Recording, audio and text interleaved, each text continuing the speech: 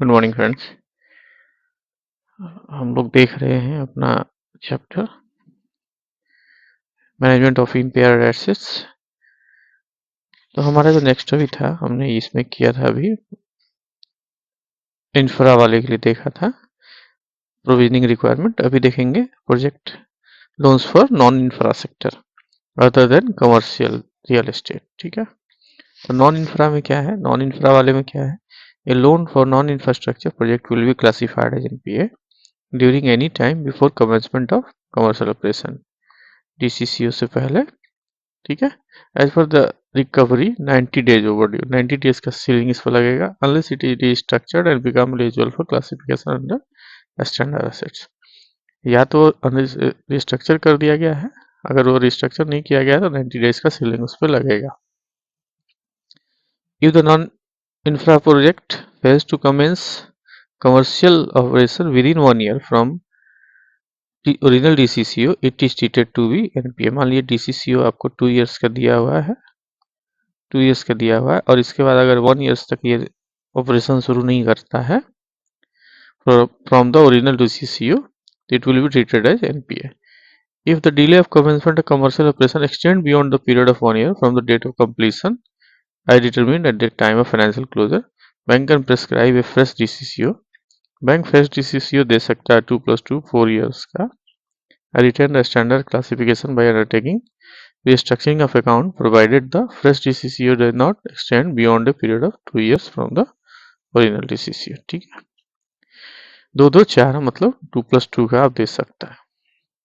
In case where there is a moratorium for payment of interest, ठीक है, bank should not book income on accrual basis.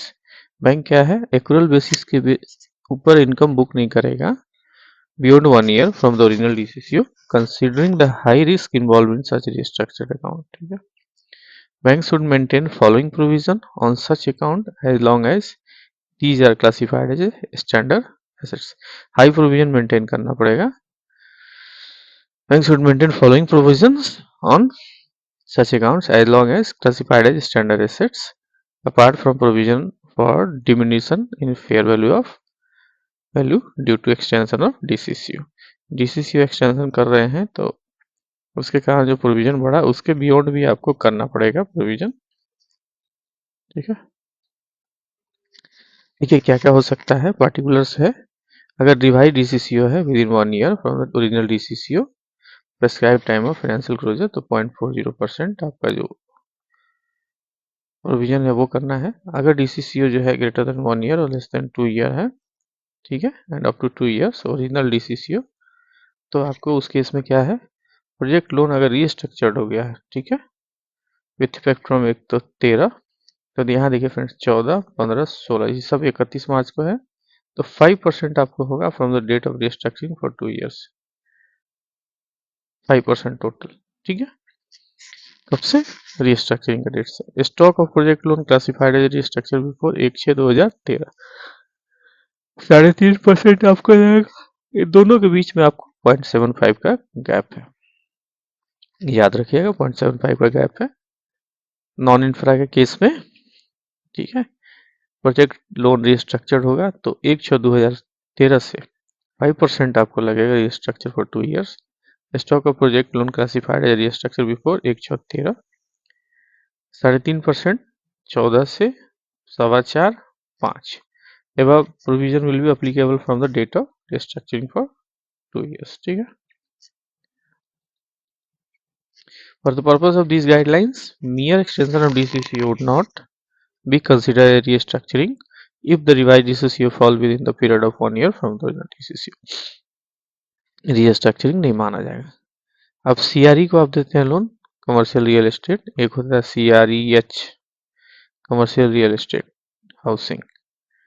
ठीक है, taking into account of the problem delay in commercial real estate, देखिए आप नोएडा में जब जाइएगा वहां पे बहुत ही डिले होता है। कई सारे प्रोजेक्ट जो है 3 इयर्स के बदले 5 साल से चल रहे हैं, 7 साल से चल रहे हैं, बस इसी चले जा रहे हैं। अब तो वो रेरा आ गया है, थोड़ा सा लोगों को टाइट किया, अदरवाइज तो पहले बहुत ही मुश्किल था बिल्डरों के साथ।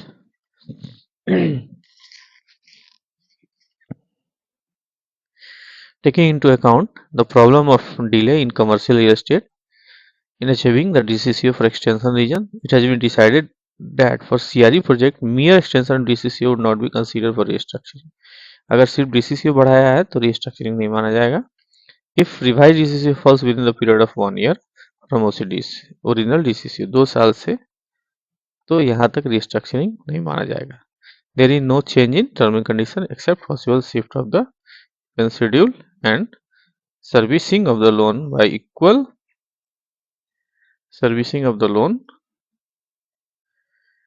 equal or shorter duration compared to the period by which DCCO has been extended. Such CRE project loan will be treated as standard assets in all respect for this purpose without attracting the higher provisioning applicable for the residual standard account. However, the asset classification benefit would not be available to CRE project if they are restructured. अगर restructure हो गया तो उसको ये benefit नहीं मिलेगा. Other issues क्या है?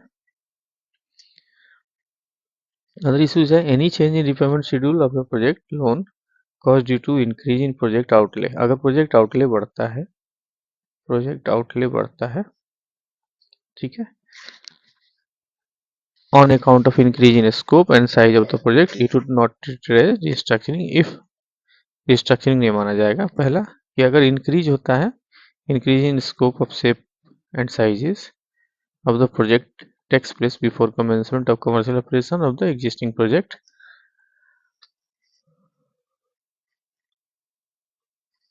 दूसरा है the rise of cost. अगर cost बढ़ता है and any cost overrun in respect of original project is 25% more than the original outlay. The bank reassess the viability of project before approving the enhancement of its scope and fixing the fresh DCCO. ठीक है. On re-rating, the new rating is not below the previous rating.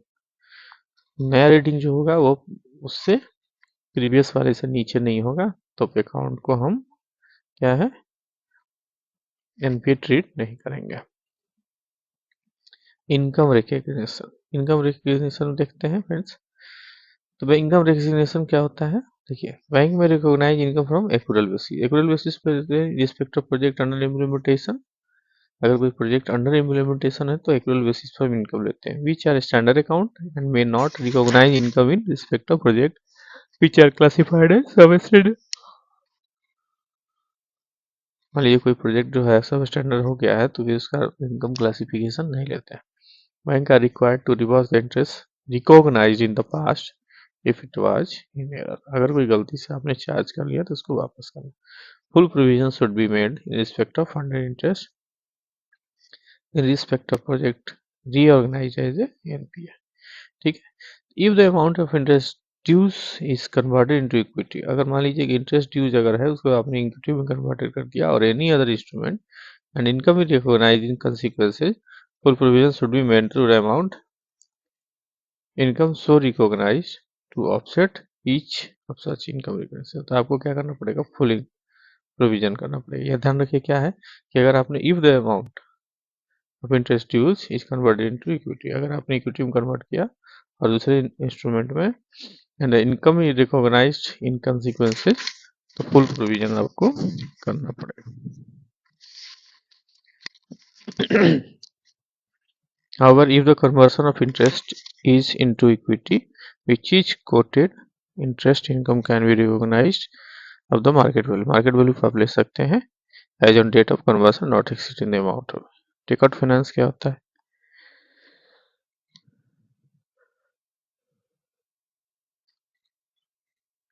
Takeout finance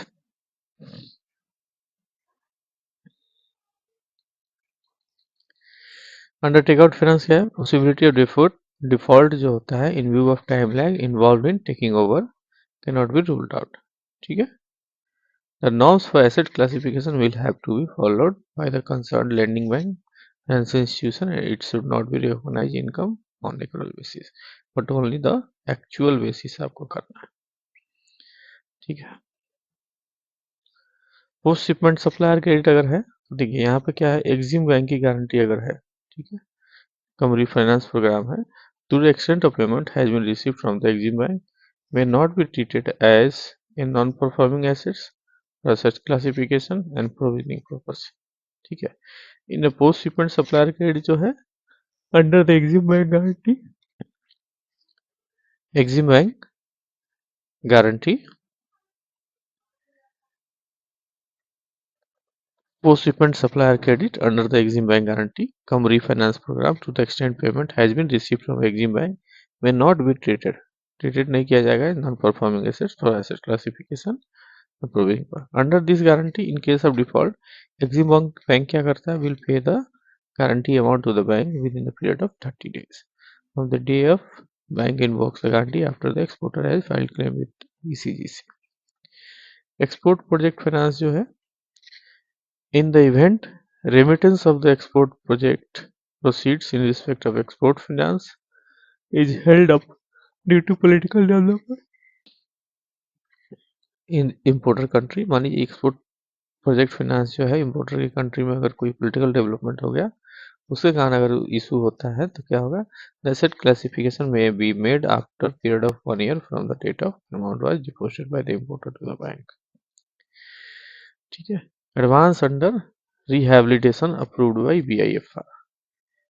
In case of unit under rehabilitation package approved by BIFR term lending institution, the existing credit facility है continue to be classified as substandard or doubtful as the case may be। Asset classification norms would be applicable in respect to the additional facility sanctioned under the package after a period of 1 year from date of disbursement। ठीक है। Credit card के account में वही है 90 days का concept है। Credit card will be treated as non performing assets if minimum due जैसे 20,000 का आपका बनता है ना, तो वो क्या कहता है कि भैया आप हमको 2,000 रुपया पे कर दीजिए, 10% पे कर दीजिए, फुल अमाउंट हो गया, ये हो गया मिनिमम अमाउंट। आप अपने क्रेडिट कार्ड का बिल देखते होंगे, इसको पे करना होता है। सर्कल आपका 30 दिन का पीरियड होता है प्लस 30 दिन का आपका ये होता है, आपको टोटल 60 दिन की आपको मिलती है। अगर ये 60वें दिन आपने पेमेंट नहीं किया तो वहां से लेकर जो है आपका अकाउंट 90वें दिन NPA हो जाएगा from the next settlement date से। The gap between two statement should not be more than a month. ठीक है। Bank should follow the uniform method for determining over dues status of the credit card while reporting to the credit information companies. ठीक है। Provisioning norm क्या है NPA के लिए? Provisioning norms जो है आप देखिए NPA के लिए क्या है। ठीक है। स्टैंडर्ड अगर एसेट्स है और एग्री MSME है तो 25 पैसा आप आउटस्टैंडिंग कर लेंगे 0.25%।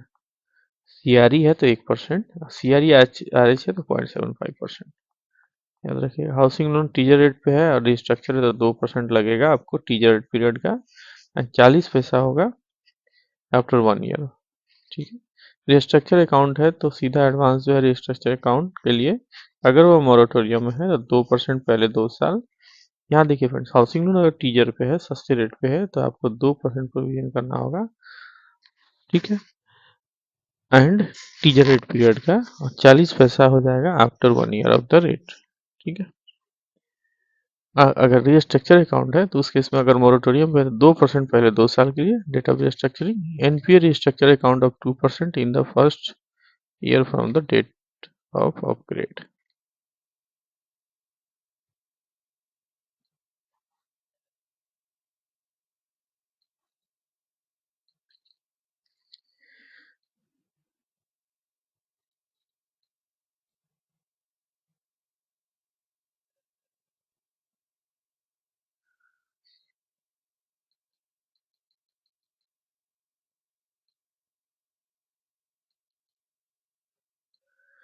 नेक्स्ट है हमारा सेकंड है 2% for first 2 years from date of restructuring, 2% for moratorium period after further 2 years। Total 4 साल के लिए आप ये होगा प्रोविजनिंग रिक्वायरमेंट। पहला 2% 2 साल के लिए, दूसरा 2% मोरेटोरियम पीरियड के लिए। मीडियम इंटरप्राइज होगा तो 40 पैसे का फंडिंग होगा, फंडेड आउटस्टैंडिंग का। All other advance 0.40% of outstanding. सब स्टैंडर्ड होगा, सब स्टैंडर्ड में 2 चीज होता है, एक तो आपका हो गया सिक्योर्ड एसेट, दूसरा हो गया अनसिक्योर्ड। ठीक है। तो ऑल सेक्टर के लिए 15% है outstanding without making any allowance for ECGC and security available. Unsecured अगर है तो 10 पैसा एडिशनल हो जाएगा, टोटल 25 पैसा का। एंड फॉर इंफ्रा लोन होगा तो सीधा 20%। ठीक है, इंफ्रा के लिए ओनली 5% का लेस है, वहाँ 20% आपको। डाउटफुल एसेट्स होगा, डाउटफुल एसेट्स में क्या होगा,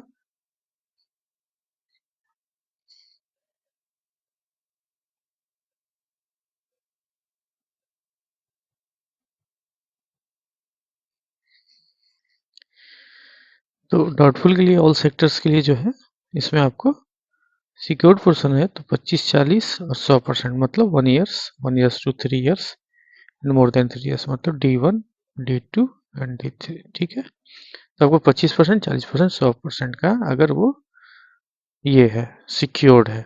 ठीक है, अनसिक्योर्ड है तो 100 मीन्स आपको यहाँ अगर D1 लिखे, D2 लिखे, D3 लिखे तो यहाँ 25% होगा सिक्योर्ड और यहाँ अनसिक्योर्ड। यहाँ होगा 25, यहाँ होगा 40, यहाँ होगा 100, और ये दोनों अनसिक्योर्ड के केस में 100 ही होंगे। ठीक है, अगर कवर्ड है एनसीजीसी का तो net of NP ECGC guaranteed and realisable value security at above rates. ठीक है, लॉस एसेट्स है तो 100%। The provision on standard account should not be record for arriving the net NPA. Standard account का जो provision है उसको आप record नहीं कर सकते हैं नेट एनपीए अराइव करने के लिए।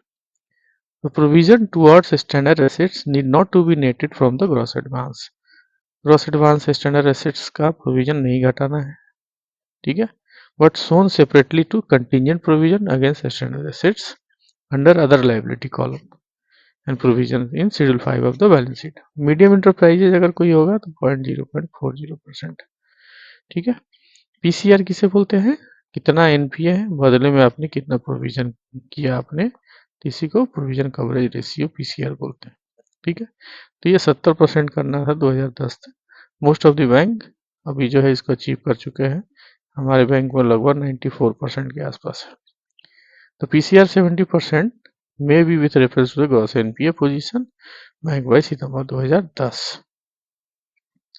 कोई भी अगर surplus provision under PCR is required as per the prudential norms should be segregated into account styled as a countercyclic provision buffer. So the buffer will be allowed to be used by the bank for making a specific provision for NPA during periods of system wide downturn with the prior approval of RBI. देखिए options क्या है, अब आता है NPA. अब NPA हो गया तो आपके बैंक के पास क्या ऑप्शंस है उसकी रिकवरी के लिए। ठीक है, एग्जिट करा सकते हैं आप उसको, रिशेड्यूलिंग कर सकते हैं, रिहैबिलिटेशन कर सकते हैं, कंप्रोमाइज कर सकते हैं, legal actions, right of exit from accounts ये हो सकते। देखिए एग्जिट फ्रॉम अकाउंट मतलब सीधा सा क्या है, early detection of symptoms of sickness में prompt to the banker to exit the account, मतलब उस अकाउंट को छोड़ देना। जैसे एक बंदा मेरे पास आया था एचडीएफसी का, उसके यहाँ अकाउंट को क्या है, हम लोग उसको आसानी से, हमने उसको बड़े प्रेम से समझाया। मान लीजिए उसने जो है कभी शुरुआत में 10 लाख दिया हुआ, 10 लाख से धीरे धीरे करते करते उसने 5 करोड़ का लोन दे दिया। अब वो दुकान उसकी चल नहीं रही थी तो वो मेरे पास आया बैठ के कि सर एक अकाउंट बहुत अच्छा देता हूँ, आप इसको टेक ओवर कर लो। फिर मैंने पूछा उसे सारी जानकारी तो पता लगा मुझे दाल में गाला है, मतलब इसको आप एग्जिट करा रहे हैं, अपना कचरा साफ करके। एचडीएफसी वाला पूरा जो है उसको निचोड़ लिया, निचोड़ने के बाद जब बच गया तो बोला कि आप ले लो। ठीक है, however it would not be easy as once the symptoms become known the acceptance of account by the another bank may not be materialized। हम भी क्यों लेंगे, hence many times the banker have to consider other option for dealing with the such account। rescheduling या restructuring आप कर सकते हैं। restructure account is one where the bank grant concession देता है which should not otherwise consider taken into account the borrower financial difficulty। Restructuring involve modification in terms of advance security which would generally include among others alteration and repayment period, repayment amount, amount of installment। Prudential guidelines क्या है, ठीक है, for restructuring of advance. Prudential guidelines on restructuring of advance. Advance के restructuring के लिए prudential guidelines क्या है वो देखना है।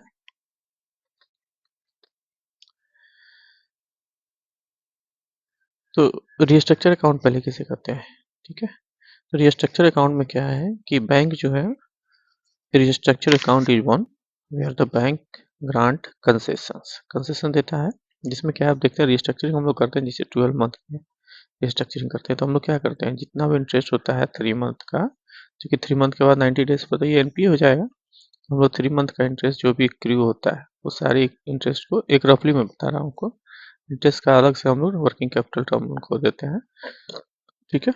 वर्किंग कैपिटल टर्म लोन खोल देते हैं जो 12 महीने के बाद रीपे होने के लिए टोटल 12 महीना मोरेटोरियम रहता है, उसके बाद ये 36 से 48 महीने में रीपे होता है, ठीक है।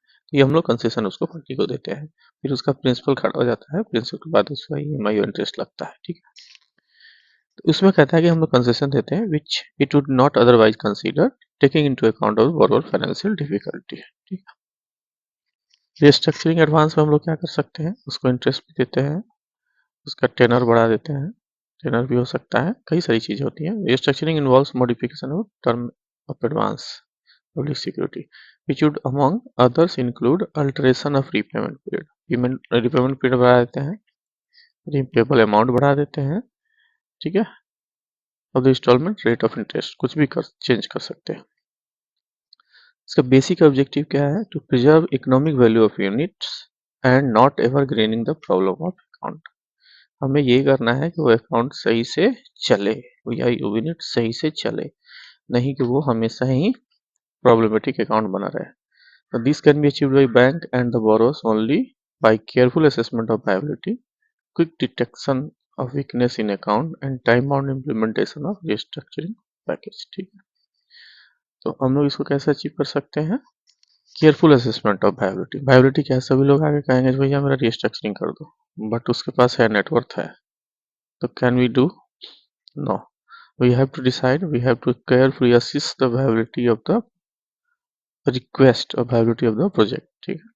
Quick detection of weakness in account, कमजोरी क्या है, अब जैसे मान लीजिए 1 करोड़ का लोन लिया, आज 30 लाख का स्टॉक है, 30 लाख का स्टॉक भी नहीं है और ये चले जा रहा है, बट उसके बाद कुछ एजेंसियों में दिक्कत आ गई थी, बाद में उसको एजेंसी फिर से मिल गई, ठीक है, ठीक है, अभी समस्या है, एजेंसी मिल गई तो वो आगे कर लेगा, तो उस केसेस में हमको आइडेंटिफाई करना पड़ेगा। गाइडलाइंस क्या है, आर ग्रुप इन 4 कैटेगरी, ठीक है। इंडस्ट्रियल यूनिट्स के लिए restructuring of advance extended to industrial unit, restructuring of advance extended to the industrial unit under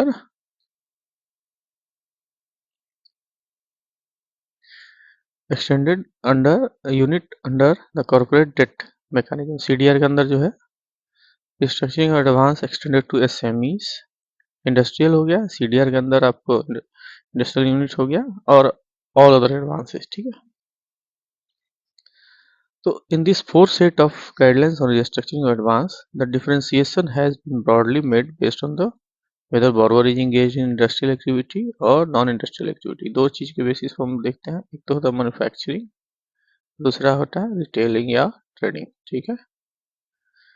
तो मैन्युफैक्चरिंग सेक्टर या सर्विस सेक्टर वैसे भी कह सकते हैं। तो in addition to elaborate institution mechanism has been laid down for account restructuring under CDR mechanism, major difference in prudential regulation lies with the stipulation that subject to certain conditions, the account of a borrower engaged in industrial activity under CDR mechanism, SME debt restructuring mechanism, and outside these mechanisms continue to be classified in the existing unit classification category upon restructuring. Restructuring के पश्चात भी जो है existing unit के classification में आएगा, existing asset classification में ही रहेगा। These benefit जो है retention of asset classification और restructuring is not available to the account of borrower engaged in non-industrial except SME।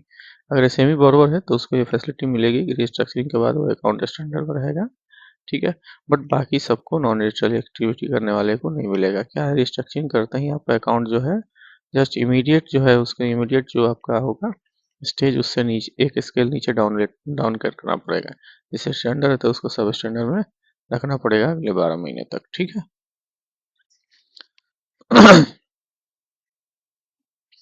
Another difference क्या है, that prudential regulation covering the CDR mechanism and restructuring of advance extended to SME are more detailed and comprehensive than the covering of restructuring, of the rest of advance including the advance extended to industrial unit outside CDR mechanism.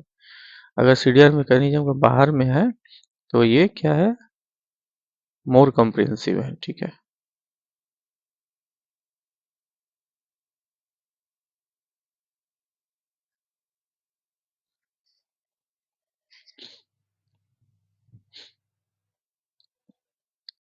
देखिए CDR mechanism जो है will also be available to the corporate engaged in non industrial activity. अगर कोई non industrial activity कर रहा है corporate तो उसके लिए एलिजिबल है if they are otherwise eligible for restructuring as per the criteria let down for the purpose, ठीक है, क्राइटेरिया के अनुसार फिट होता है। Further bank are also encouraged to strengthen the coordination among themselves in the matter of restructuring of consortium multiple banking accounts which are not covered under the CDR mechanism, ठीक है। अब ये CDR mechanism जो था पुराना था, ये 31/3/2018 को विड्रॉ कर लिया गया। एलिजिबिलिटी क्राइटेरिया क्या हो सकता है रिस्ट्रक्चरिंग ऑफ एडवांस के लिए, तो ये हो सकता है बैंक में restructure account classified under standard, सब स्टैंडर्ड एंड डाउटफुल कैटेगरी, ठीक है। Bank can not reschedule restructure regenerate loan account with retrospective effect से जो है बैंक जो है रीशेड्यूल या रीस्ट्रक्चर या रीनेगोशिएट नहीं कर सकता लोन अकाउंट। रिट्रोस्पेक्टिव का मतलब क्या हुआ, पूर्व प्रभाव से, ठीक है।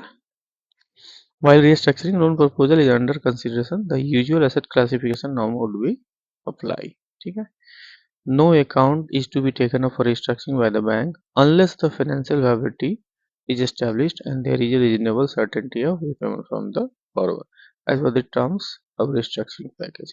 देखिए क्या है, कोई भी अकाउंट जो है उसको रिस्ट्रक्चर नहीं करना है by the bank unless the financial viability is establish. अगर जब तक फाइनेंशियल वायबिलिटी एस्टैब्लिश ना हो जाए, मान लीजिए नहीं चलने वाला है तो उसको क्या करिएगा आप, रिस्ट्रक्चरिंग करके कोई बेनिफिट नहीं है, तो there is a reasonable certainty होना चाहिए कि हाँ वेन हम लोग जो रीपेमेंट रिस्ट्रक्चर कर देंगे तो पार्टी जो है 12 महीने के बाद मोरेटोरियम खत्म होने पर आफ्टर 36 मंथ तक वो EMI पे करके इसको खत्म कर देगा, ठीक है।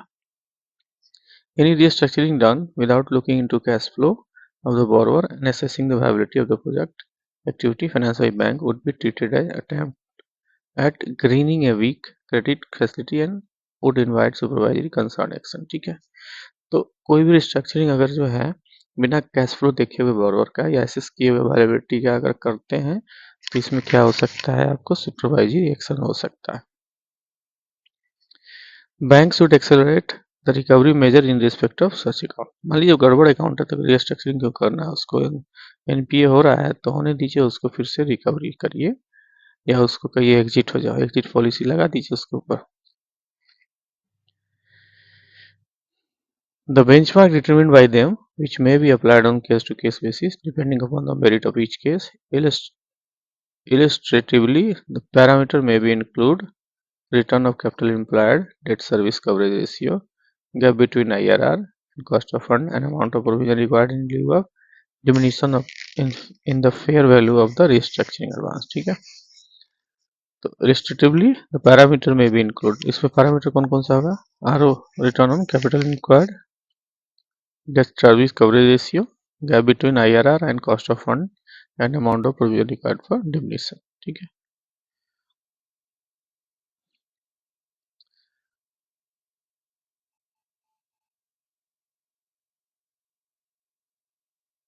Therefore, it has been decided by that the viability should be determined by the bank. Viability जो है बैंक को determine करना है based on the acceptable viability parameters and benchmark of each parameter determined. चौथा कहता है borrower indulge in fraud and malafeasance are ineligible in restructuring। अभी फ्रॉडिया आदमी होगा तो उसको restructuring तो करेंगे नहीं। We cannot do the restructuring for the malafeasance and ineligible borrowers, ठीक है, frauds वाली जो है। BIFR cases are not eligible for restructuring without express approval। तो BIFR का केस जो होता है वो क्या होता है, restructuring के लिए एलिजिबल नहीं होता है। CDR core group in the case of advance restructure under CDR mechanism, the lead bank in the case of SME debt restructuring mechanism, and the individual bank in other cases may consider a proposal for restructuring. In such cases, after ensuring that all the formality in seeking approval from BFI are completed before, चलिए एक रामचरितमानस से छोड़िए, BIFR cases जो है नहीं होगा। Asset classification क्या होगा? रिस्ट्रक्चरिंग अकाउंट का आपने रीस्ट्रक्चर्ड कर दिया, उसके बाद एसेट क्लासिफिकेशन क्या होगा? Restructuring advance could take place of following stage. किस स्टेज में आप कर सकते हैं? पहला before commencement of commercial production, ठीक है, कमर्शियल प्रोडक्शन स्टार्ट होने के पहले कमर्शियल प्रोडक्शन, ठीक है। After commencement of commercial production but before asset has been classified as substandard. NPA होने से पहले, बिफोर एनपीए, ठीक है। After commencement of commercial production operation and asset has been classified as substandard और doubtful. तीनों stage में आप कर सकते हैं। अपॉन रिस्ट्रक्चरिंग अगर आप करते हैं तो क्या होगा, एक स्केल आपको डाउनग्रेड करना पड़ेगा उसका जो ये है क्लासिफिकेशन। जैसे मान लीजिए स्टैंडर्ड एसेट है, शुड बी क्लासिफाइड एज सब स्टैंडर्ड एसेट आपको 12 मंथ तक। NPA would continue asset classification as prior to restructuring.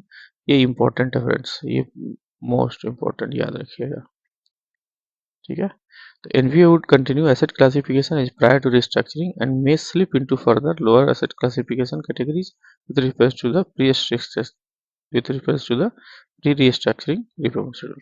अगर एनपीए कैटेगरी में करते हैं, सब स्टैंडर्ड में करते हैं तो 1 ईयर डाउटफुल हो जाएगा, D1।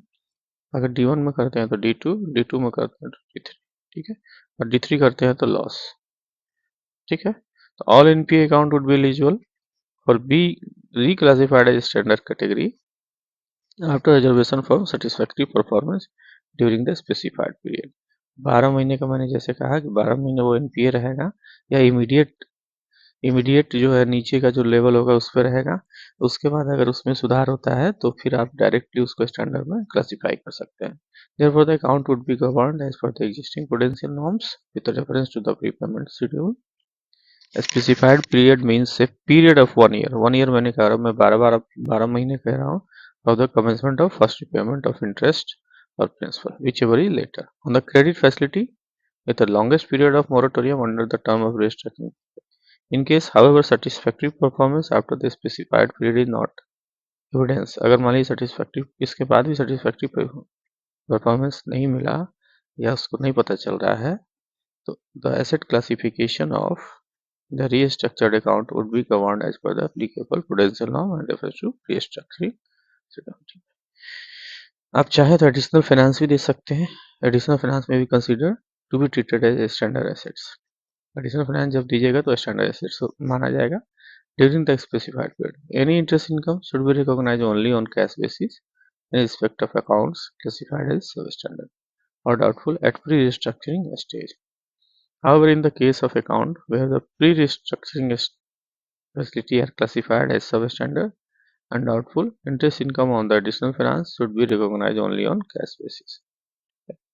Additional finance जो होगा may be treated as substandard assets, standard assets during the specified period, ठीक है।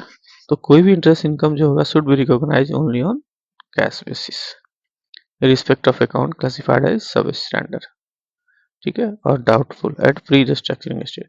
However in the case of account where the pre restructuring facility were classified as substandard, अगर substandard में classified and doubtful में, तो interest income on the additional finance should be recognised only on cash basis, ठीक है। कहता है if the restructured assets does not qualify for upgradation at the end of above specified period that is 12 month, then the additional finance shall be placed in the same asset classification category। ध्यान रखिए, जो आपने additional finance दिया है उसको immediately जो category में classify था उसी में क्लासिफाई करना है। However, such advance restructured on the second or more occasion may be allowed to be upgraded to standard category after a specified period in terms of current restructuring package subject to satisfactory performance। देखिए, restructure assets जो है is subjected to restructuring of subsequent occasion। It should be classified as substandard। Substandard में classify करना है। Similarly, a substandard or doubtful restructured asset which is subjected to restructuring on the subsequent occasion, its classification will be reckoned from date when it become NPA in first occasion। ठीक है, तो इसका classification क्या होगा? इसमें जो है similarly सब स्टैंडर्ड और डाउटफुल रिस्ट्रक्चरिंग, जैसे मैंने कहा ना, इमीडिएट वन स्केल डाउन करना पड़ेगा, वन लेवल डाउन करना पड़ेगा। सब स्टैंडर्ड को डाउटफुल वन को डाउटफुल टू को डाउटफुल थ्री को डाउट लॉस, ठीक है। इसमें इमीडिएट जब आप रिस्ट्रक्चरिंग करेंगे इन केस ऑफ एनपीए, तो आपको हमेशा एक स्केल डाउनग्रेड करना पड़ेगा।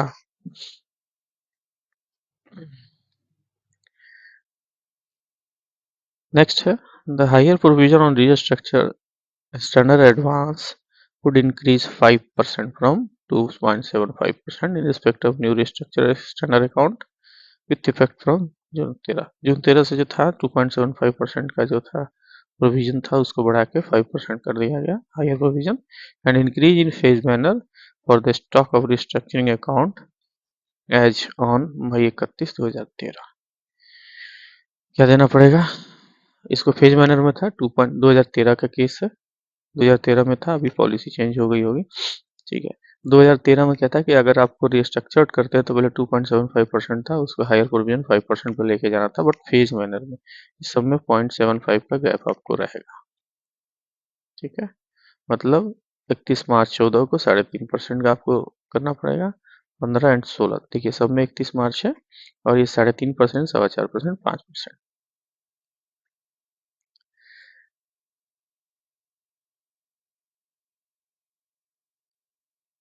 In case of part, in the part of the outstanding principal amount is converted into debt, equity instrument as per the restructuring package, the assets so created will be classified in the same asset classification category in which the restructuring advance has been classified. मान लीजिए in case of part of outside principal amount is converted into debt, अगर मान लीजिए कि outside principal amount जो है आपने debt में convert कर दिया और equity installment में as per restructuring package, the assets so created will be classified as same asset classification. इसमें क्या है, तब आपको वो सेम कैटेगरी में रह जाएगा। ध्यान रखिएगा यहाँ पे सेम कैटेगरी में रहेगा रिस्ट्रक्चरिंग के बाद, सेम कैटेगरी, ठीक है। एफआईटीएल जो है, एफआईटीएल डेट और equity instrument created by conversion of unpaid interest will be classified in the same asset classification category in which the restructured advance has been classified, ठीक है। इनकम रिकग्निशन क्या है? इनकम रिकग्निशन कैसे होगा? तो interest income in respect of restructure standard assets can be recognized on accrual basis. accrual basis पे ले सकते हैं, and respect of account classified as non-performing assets, it should be on cash flow. NPA जो भी होगा आप उसको जो है कैश बेसिस पर इनकम रिकॉग्नाइज कर सकते हैं, आईआर कर सकते हैं, और जो स्टैंडर्ड एसेट्स में होगा रिस्ट्रक्चरिंग का उसको accrual बेसिस पर ले सकते हैं। प्रोविजन क्या होगा? Provision for diminishing in fair value of restructure advance, अगर वैल्यू में कमी आती है तो उस केस में प्रोविजन क्या होगा, ठीक है। यहाँ देखिए, reduction in the rate of interest or rescheduling the repayment of principal as a part of restructuring will result in diminution of fair value of advance. Value advance घटेगा, fair value. Such diminution in value is an economic loss for the bank and will have impact on the bank market value of equity. It is therefore necessary for the bank to measure such diminution in fair value of advance and make provision for the it by debt to the profit and loss account. Provision करना पड़ेगा। देखिए, for the purpose, the erosion in the fair value of advance should be, ये important है, should be computed as a difference between fair value of loan before and after restructuring. आपको निकालना पड़ेगा erosion कितना हुआ, तो वो fair value of loan before and after restructuring होगा। fair value of loan before restructuring will be computed as present value of cash flow, present value of cash flow आपको निकालना पड़ेगा। अब मान लीजिए अपग्रेडेशन कैसे होगा लोन अकाउंट का, क्लासीफाई अगर एनपीए हो गया, तो if arrear of interest and principal are paid by the borrower in case of loan account classified as NPA, वही होता है कि principal plus interest plus arrear जो भी हो उसमें प्लस चार्जेस, वो सारी चीज़ें हम उससे रिकवर कर लेते हैं तो अकाउंट स्टैंडर्ड हो जाता है। Account should no longer be treated as non performing, may be classified as standard. With regard to the upgradation of restructured advance, which is classified as NPA, would be eligible for being reclassified as a standard category after observation of satisfactory performance during the specified period. मतलब 12 महीने में अगर उसका performance ठीक ठाक रहा, then that account will be upgraded into moved into the standard category. ठीक है. Thereafter the account would be governed as per the existing prudential norms. Mahapatra committee का रिकमेंडेशंस क्या था? आरबीआई जो था उसने अपॉइंट किया headed by Shri B Mahapatra, executive director RBI, to examine the loan restructuring system. तो कमेटी ने जुलाई 2012 में अपना रिपोर्ट सबमिट किया. ठीक है. उसकी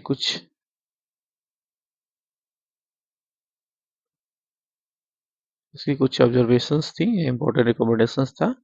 पहला क्या था? Evolution of regulatory forbearance while recasting debt after 2 years depending upon the macroeconomic situation. Macroeconomic situation के हिसाब जो है उसमें क्या करना था, रेगुलेटरी फॉरबियरेंस जो था उसको हटाना था. ठीक है. The committee suggested 2-year period as a treating 2-year period as treating all restructured loan as impaired as a sudden step not feasible. ठीक है. This would mean that all restructured loan will have to be classified as NPA. The restructuring in line with the global benchmark. इसका मतलब ये था कि कोई भी loan account जब आप रिस्ट्रक्चर्ड करते हैं तो debt must be classified into NPA category. Increase in provisioning को इंक्रीज करना था from 2% to 5% in a phase manner. वही 2013, 14, 2015 जो शुरू हुआ था 3.502, 4.25 एंड 5%. ठीक है. तो प्रोविजन बढ़ते जाएगा. 2.5% इन्होंने कहा था, बाद में उसको बढ़ाया गया होगा. Higher provisioning was suggested to avoid any fragility in the banking system due to cyclic downturns. तो bank should refrain from converting debt into equity. इससे क्या होगा, बैंक जो था पहले डेट को इक्विटी में कन्वर्ट कर रहा था, उसको बचने के लिए कहा गया. Conversion of the loans into preferential share must be capped at around 10%. 10% cap करने के लिए बोला गया. मैंडेटरी प्रोमोटर गारंटी चाहिए था in all restructuring to be insisted. Promoter guarantee to be insisted even if the restructuring is due to external factor. अगर external factor के कारण भी होता है तो promoter का गारंटी चाहिए. Promoter contribution is 15%. Bank is inadequate considering the very large sacrifice being made by the lender. ठीक है. तो इसको माना गया कि promoter का contribution at 15% जो था बैंक के लिए inadequate था considering very large sacrifice being made by the lender. So the committee recommended that the promoters should make bigger sacrifice in tune of 20% of the bank sacrifice. Bank जो sacrifice कर रहा है उसका 20%, fall in fair value और 2% of restructured accounts, whichever is higher. या restructuring amount का 2%. ठीक है. जो भी ज़्यादा. Debt can be converted into equity only in listed company going through the restructuring. अगर listed company है तो उसमें आप debt को equity में convert कर सकते थे.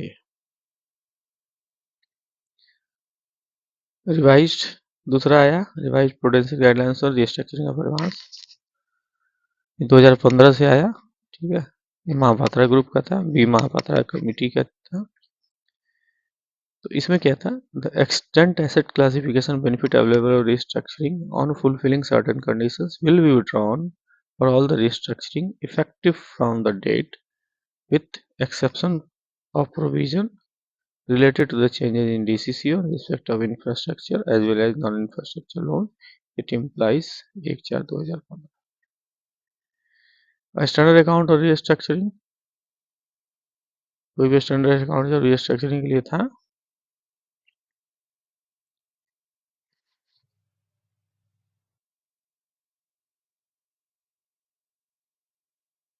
for reason other than change in DCCO को छोड़ के would be immediately classified as substandard. वही चीज कह रहा है.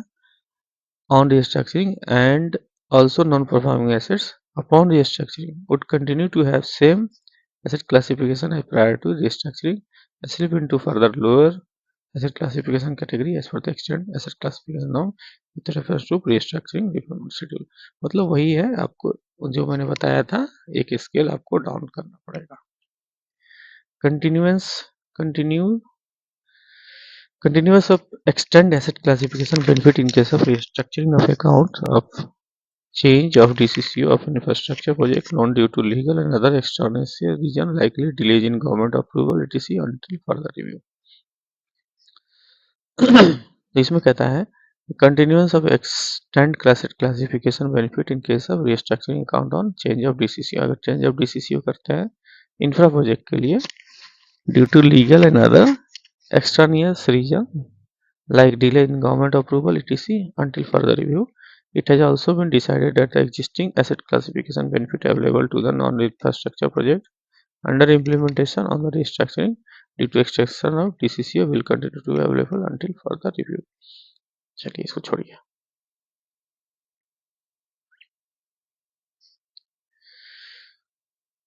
In respect of non-infrastructure loan, अगर non-infrastructure loan है the prescribed period of 6 months from the original DCCO stand extended to 1 year. 1 year बढ़ा दिया गया from the original DCCO within which the non-infra project will have to be commence commercial operation for maintaining the standard asset. उसको commercial operation start करना पड़ेगा और standard assets को standard assets पे asset classification के लिए. Consequently, if the delay in commencement of commercial operation extend period beyond the 1 year from the date of completion as determined the time of financial closure, bank can prescribe a fresh DCCO to retain the standard classification by undertaking the restructuring of account in accordance with the provision of this regard, provided fresh DCCO does not exist. मतलब पहले आपने DCCO 2 years का दिया था, मान लिया DCCO आपने 2 years का दिया, 1 साल और था, इसने कमेंसमेंट नहीं किया, आपने ऑपरेशनल कमेंसमेंट नहीं किया, ऑपरेशन का कमेंसमेंट नहीं किया, तो फिर आप इसको +1 ईयर करके टोटल 4 इयर्स तक का DCCO दे सकते हैं और अकाउंट आपका स्टैंडर्ड रहेगा. ठीक है. Unlike the existing guidelines, the extension of DCCO would not be considered as a restructuring. DCCO जब भी बढ़ाते हैं तो आपका अकाउंट को restructuring नहीं माना जाता है. If revised DCCO falls within the period of 2 years and 1 year from the original DCCO. 2 साल के क्राइटेरिया में था. देखिए DCCO अगर पहले से आपने दिया है 2 इयर्स का, अगर ये खत्म हो गया फिर उसके बाद DCCO दे रहे तो NPA माना जाएगा. अकाउंट लेगा भी नहीं. आप CBS को ट्राई करिएगा, लेगा भी नहीं बट ये NPA माना जाएगा. इसी पीरियड में आपका जो है आपको DCCO फिर से एक्सटेंड करना पड़ेगा. मान लीजिए 36 महीने 24 महीने होने जा रहे हैं, लास्ट के 2 दिन बचे हैं तो आप इसमें बढ़ा सकते हैं. In such cases the consequential shift in repayment period by equal और शॉर्टर ड्यूरेशन, ठीक है, then the extension of DCCO would also not be considered as restructuring provided by all the terms and conditions of the loan remain unchanged. As such, project loan will be treated as standard assets in all respect. They are will attract standard provision 40 पैसा, ठीक है, 40% का. मान लीजिए CRE है, ठीक है, in case of commercial real estate है तो इसमें सिर्फ DCCO would not be considered as restructuring. If revised DCCO fall within period of 1 year. वही सेम चीज है and original DCCO. There is no change in other term and condition except possible shift of repayment schedule and servicing of loan by equal or shorter duration compared to the period by which DCCO has been extended. देखिए आप DCCO वही कहता है 2 years के period में +1 year. इसमें अगर आप बढ़ाते हैं तो अकाउंट NPA नहीं होगा, वो चाहे किसी केस में हो. सच CRE project loan will be treated as a standard assets रहेगा in all respect for the purpose without attracting higher provisioning. However, as before, the asset classification benefit would not be available to CRE project if they are restructured. अगर आपने restructure कर दिया तो जो asset classification का benefit है वो उसको नहीं मिलेगा. देखिए, the extension of the benefit of extension of DCCO of infra project under the public-private partnership PPP model पे है, not to be treated as restructuring subject to the following conditions. पहला, the project is infra project under PPP model awarded by public authority, किसी public authority ने दिया है. The loan disbursement is yet to begin, ठीक है. The revised date of commencement of commercial operation is documented by way of supplementary agreement between the borrower and lender. Project viability has been reassessed and sanction from appropriate authority has been obtained at the time of supplementary agreement. ठीक है, कहता है project viability has been reassessed. Project viability जो है फिर से reassessed करना चाहिए and sanction from appropriate authority has been obtained at the time of supplementary agreement. ठीक है. However, the existing provision regarding not treating an account as a restructure account on the account of any change in in repayment schedule of the project loan caused due to the increase in project outlay due to increase in scope size. Certain condition will continue to repayment remain effective. ये यही रहेगा, देखिए standard रहेगा कब, अगर project outlay change हो गया या किसी में साइज ऑफ प्रोजेक्ट बढ़ गया तो भी जो है आपका इसमें क्या होगा, अकाउंट।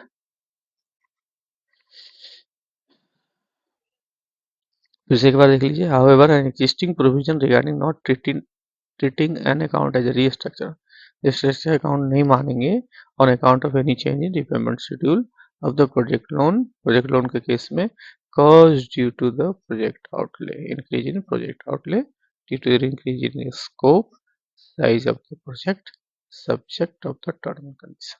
ठीक है,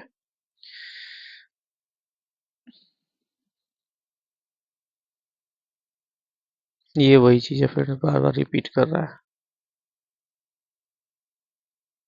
criteria for upgradation of account classified as restructuring, 12 महीने में अगर सही से रहा तो वो restructuring.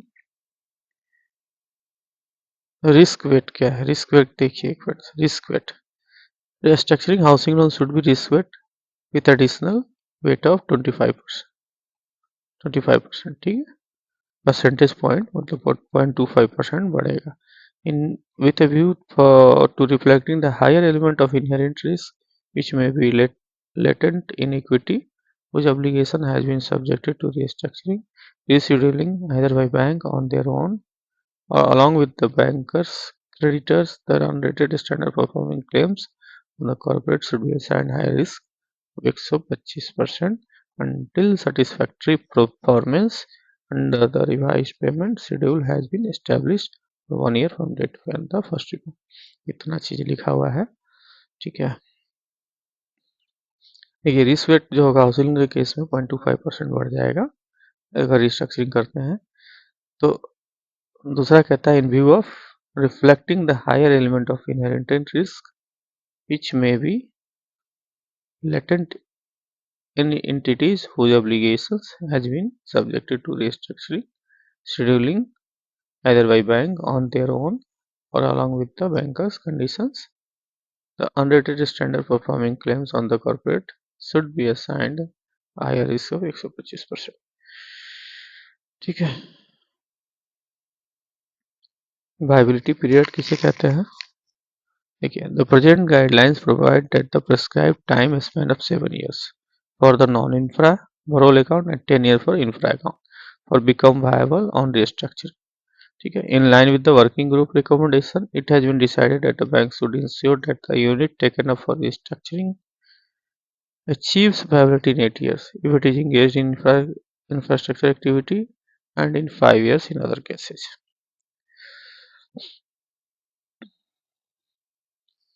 Benchmark on viability parameter, viability parameter benchmark क्या होगा, देखिए the viability should be determined by the bank based on the acceptable viability parameters and benchmark for each parameter determined by them। The return on capital employed किसके ऊपर determine किया जाएगा, return on capital employed TSCR ratio gap between IRR internal rate of return and cost of fund and the amount of provision required in lieu of diminution of fair value of restructured advance। अगर diminution होता है, कमी होती है fair value of restructured advance में। Individual banks may suitably adopt viability parameter provided by the CTR mechanism with appropriate adjustment if any for specific sector while restructuring of accounts in CDR cases। तो broad benchmark of viability parameters include, देखिए individual bank चाहे तो अपने हिसाब से viability parameters को set कर सकता है। देखिए return on capital employed should be least equivalent to 5 year government security yield plus 2%। Return on capital employed should be at least equivalent to 5 year government security yield plus 2%, ठीक है। जो capital employ होगा at least 5 year government security plus 2% yield के बराबर। Debt service coverage ratio should be greater than 1.25% within 5 years period in which the unit should become viable on year-to-year basis। The ratio should be above 1, ठीक है। The normal debt service coverage ratio for 10 years is equal to 1.33 होना चाहिए। The benchmark gap between IRR and cost of capital should be 1%. 1% होना चाहिए. Operating and cash break even points should be worked out and this should be comparable with the industry norms. Industry norm के हिसाब से comparable होना चाहिए. Trend of the company based on historical data and future projections should be comparable with the industry. Thus behavior of past and future EBITDA, ठीक है, should be studied and compared with the industry. देखिए क्या है, trend of the company based on historical data के basis पर company का trend and future projection should भी comparable होना चाहिए विद द इंडस्ट्री. 10 तो उसमें हमको क्या करना पड़ेगा हम लोगों को, behaviour of past and future EBITDA should be studied and compared with the industry. Loan life ratio जो है as defined below should be 1.4 which should give a cushion of 40% to the amount of loan serviced. LLR किसे बोलते हैं? LLR loan life ratio. तो इसमें होता है present value of total available cash flow during the loan life period ETC including interest and principal divided by maximum amount of loan. ठीक है, present value of total available cash flow जो होगा during the loan life period, ठीक है, including interest and principal. यही हुआ ना cash flow जो है आपका, इंटरेस्ट एंड प्रिंसिपल जो आया so divided by maximum amount of loan. Promoter sacrifice, देखिए उसमें था ना, बढ़ाना था 15% था, बैंक सेक्रीफाइस उसको बोला 20%, पहले ही हम लोगों ने पढ़ चुके हैं. कन्वर्जन मना किया हुआ है कि डेट से डेट को इक्विटी में कन्वर्ट नहीं करना है, only in case of limited. अगर कंपनी लिस्टेड है तो आप कर सकते हैं, लिस्टेड कंपनी में कर सकते हैं.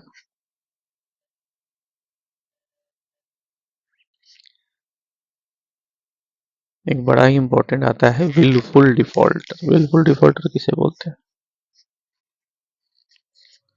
As per the revised definition, a willful default would be deemed to have occurred if any of the following event. अगर कोई ऐसा इवेंट नीचे है तो उसको willful default माना जाएगा.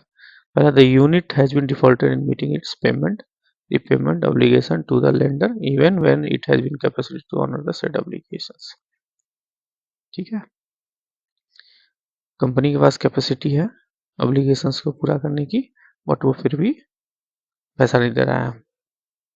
Unit has defaulted in meeting it's repayment obligation to the lender and has not utilized the finance from the lender for the specific purpose for which finance availed but has diverted the fund for other purpose के लिए divert कर दिया है तो willful defaulter माना जाएगा.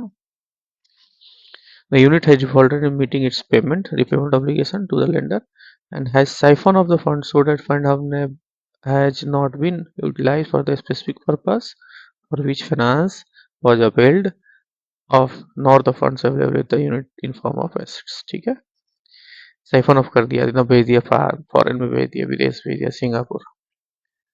The unit has defaulted in meeting its payment and obligation to the lender and has also disposed of or removed the movable fixed assets or immovable property given by him or it for the purpose of securing term loan without knowledge of banker. इसने जो है जो हमको security दे रखा है चुपे चुपे अंदर खाने बेच दिया. So a default in payment of loan as per the agreed terms could be intentional or due to reason beyond the control of borrower. The former one is term is willful. अगर intentional है तो willful होगा and same is deemed to have accrued in various reasons such as. Diversion of fund include क्या हो सकता है? पैसे का यूटिलाइजेशन कर लिया short term working capital fund का और long term purpose is not confirmative with the terms of section. Deploy कर दिया बोरोड फंड का फॉर पर्पस एक्टिविटीज और creation of assets other than those for which the loan was sanctioned. Transfer कर दिया funds का subsidiary या group companies में और other corporate by whatever modalities. Route कर दिया routing of funds through any bank other than the lender bank और member of consortium without prior permission of the lender. ठीक है,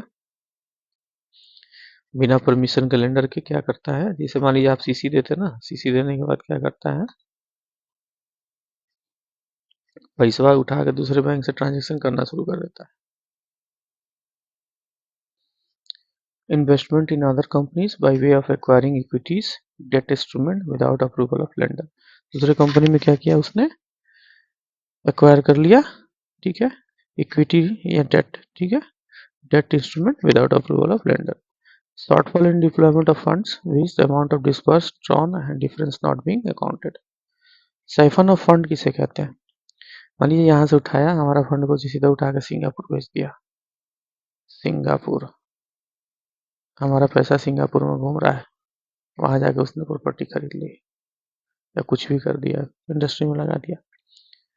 If funds borrowed from the bank, FI are utilized for the purpose unrelated to the operation of the borrower to determine the financial health of entity of the lender.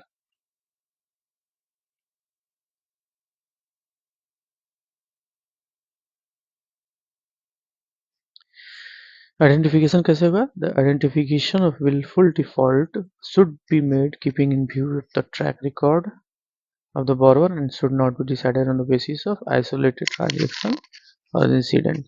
A default to be categorized as willful must be intentional होना चाहिए, deliberate होना चाहिए and calculated होना चाहिए, ठीक है।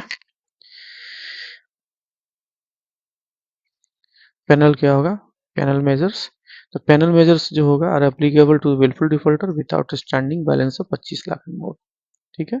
25 लाख से ऊपर का अगर है तो उसको विलफुल डिफॉल्ट में डाल सकते हैं। This limit of 25 lakhs may also be applied for the purpose of taking cognizance of instance of siphoning, diversion of funds. Panel measure includes among no additional facilities should be granted by the bank to the listed willful defaulters.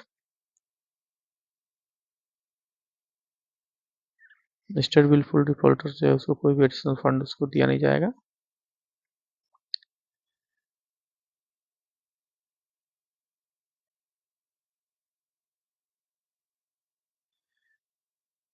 Defaulter should be debarred.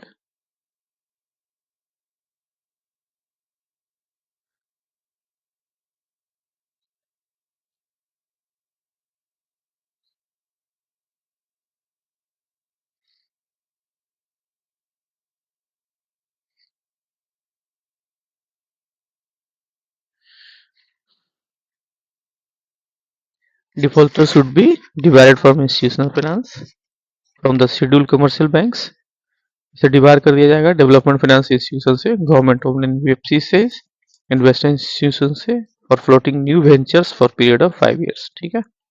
कोई venture नहीं बना सकता। From date of name of wilful default is published in the list of wilful defaulter by RBI. Initiation legal process including criminal proceedings wherever necessary against the borrowers, guarantor and foreclosure recovery dues of expeditiously, recovery dues को expeditiously recover करने के लिए आपको criminal proceedings और जहाँ जरूरत हो लगाना है। Bank and FI should adopt a proactive approach for change of management of wilfully defaulting borrower notice. Bank FI should adopt a proactive approach for change in management of wilfully defaulting borrower, ठीक है। चलिए अब जो है next है friends हमारा mechanism for identification of wilful default. तो wilful default जो है ना नेक्स्ट में करेंगे। 40 लगभग 1 घंटे का आपका वीडियो हो जाएगा, ठीक है। फिर से फ्रेंड्स लाइक जरूर करिए, शेयर करिए, सब्सक्राइब करिए फ्रेंड्स, ठीक है, तो अच्छा लगेगा। देखिए हम लाइन बाय लाइन रीडिंग कर रहे हैं, इसलिए रीडिंग कर रहे हैं कि बहुत सारी चीज़ें इसमें आ रहा है, जो आ रहा है मैं आपको समझाते भी जा रहा हूँ। IIBF का एग्जाम इतना आसान नहीं जितना हम सोचते हैं, ठीक है। एक बार थोड़ा अगल बगल में अपने पास ध्यान देके देखिएगा कितने लोग आज भी जीआईबी सीआईबी और सीसीपी के पीछे पड़े हुए हैं, नहीं हो रहा है, ठीक है। तो इसलिए आप लाइन बाय लाइन पढ़िए, शॉर्ट नोट्स मैं आपको बना के दे भी दूंगा, मेरे पास है भी, ठीक है फ्रेंड्स। Okay, thank you.